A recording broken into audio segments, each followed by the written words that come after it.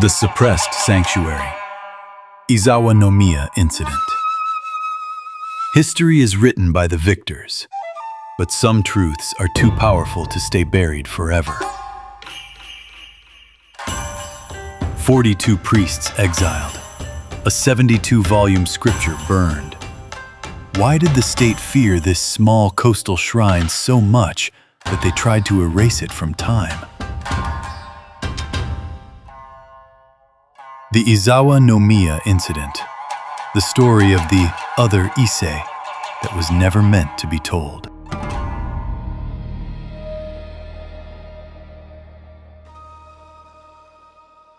Part 2. The Suppressed Sanctuary. The Izawa-no-miya Incident. The Isolated Sanctuary.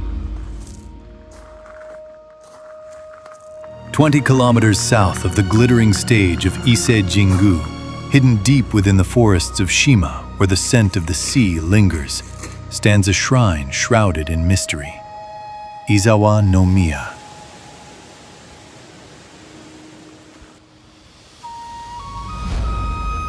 While officially one of the 10 detached shrines of the inner shrine, this sanctuary is uniquely isolated, placed far from the main complex, as if it were under quarantine. The tourists are few, and the air is thick with a silence that feels less like peace and more like a secret being kept. But this silence is a witness. It is the aftermath of a massive uprising that once threatened the very foundations of the Japanese state.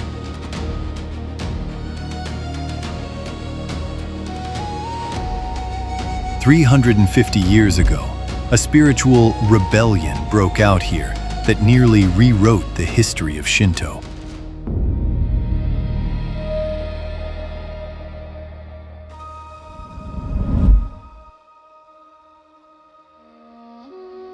A spiritual coup d'etat. In the year 1679, during the Edo period, a single collection of books sent shockwaves through the religious establishment. It was called the Sendai Kujihongi Taiseikyo. Its contents were explosive. The text claimed that the sun goddess, Amaterasu, did not descend first at the current Ise Jingu, but right here, at Izawa-no-miya.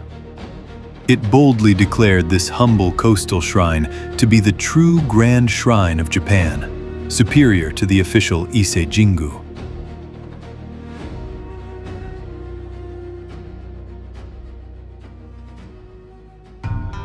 This wasn't just a minor disagreement.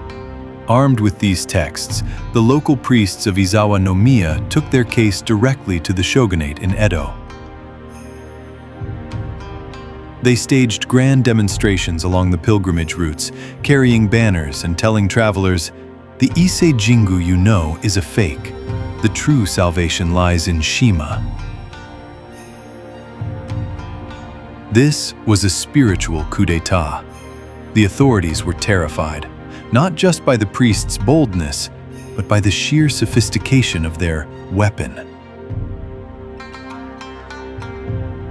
The Taiseikyo was a massive 72-volume epic, a masterpiece of history and theology that integrated Shinto, Buddhism, and Confucianism. It was so well written, so persuasive, that the masses began to believe it.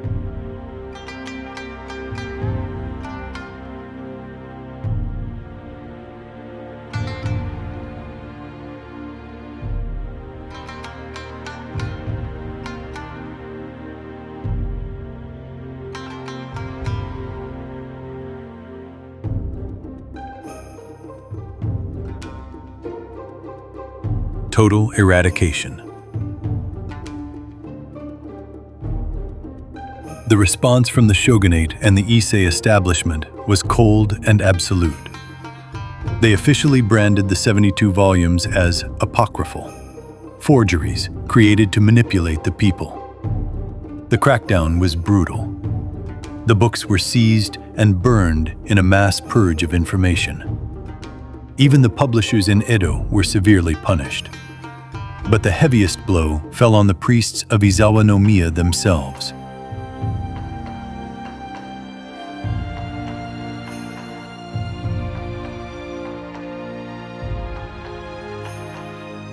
"42 priests were sentenced to permanent exile.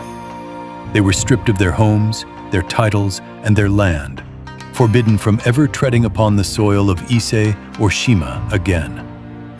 Their bloodlines were severed, and their claims were scrubbed from every official record.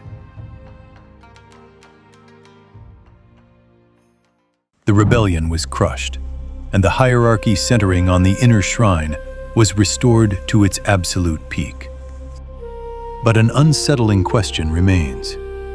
If Izawa-no-miya was merely a temple of frauds, why did the state react with such extreme violence? Why not simply ignore them? Perhaps because the shogunate knew they were burning something that couldn't be completely destroyed. A memory of the original Japan.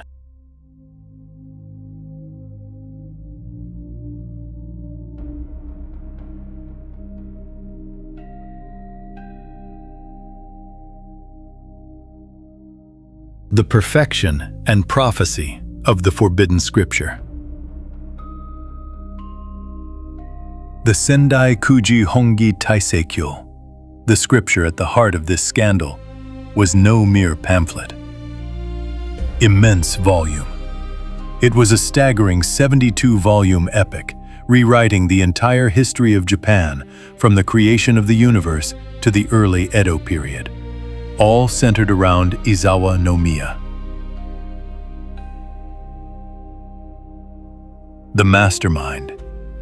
The man believed to have authored this work alongside the priests was a brilliant monk named Chon Dokai. He was a polymath who fused Shinto, Buddhism, and Confucianism into a powerful new doctrine. He was so influential that he even held sway over Keishoin, the mother of the reigning shogun, Tokugawa Tsunayoshi.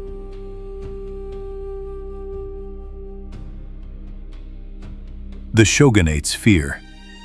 What truly terrified the shogunate was the perfection of the work. It was so meticulously crafted and persuasive that if the public began to believe it, the entire existing social and religious order of Japan would have collapsed. The unprecedented priestly protest. The legal battle was far more than just paperwork. The priests of Izawa-no-miya took radical action to prove their legitimacy. The demonstration, Goso. These priests marched through the streets and pilgrimage routes of Ise, waving banners and proclaiming their controversial truths to the masses. They shouted to the crowds, "The true original shrine is here." Chaos in the Holy Lands. This caused mass confusion among pilgrims heading to the inner and outer shrines. It threatened the very economic foundation of the official Ise Jingu. This was the final trigger, the point where the central authorities decided that this rebellion must be crushed at any cost. The dark shadow of the aftermath. The measures taken by the shogunate after the verdict revealed the sheer depth of their desperation to bury the truth. The Great Book Burning. In a scene reminiscent of ancient purges, copies of the Taiseikyo were seized and cast into flames wherever they were found. Even the bookshops and publishers in Edo who dared to print it were hit with severe penalties. The taboo of Izawa-no-miya. The homes of the 42 exiled priests were systematically demolished, and strangers were moved onto their land to erase their legacy. From that moment on, any word suggesting the independence of Izawa-no-miya was strictly monitored and forbidden during official ceremonies. The very name became a taboo in the halls of power.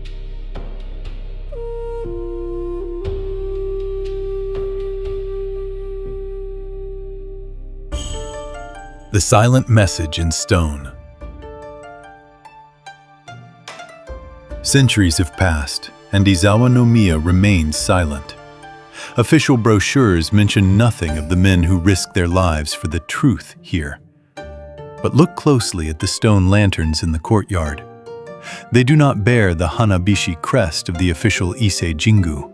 Instead, they are marked with a mysterious symbol known in the West as the Star of David, the hexagram.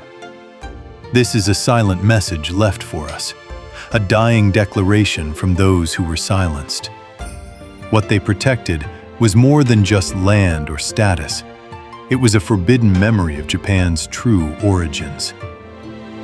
In our final chapter, the secret link between the hexagram and the lost tribes of Israel, the hidden code of the Kagome rhyme, and the true face of the hidden Ise, the mystery finally reaches its conclusion.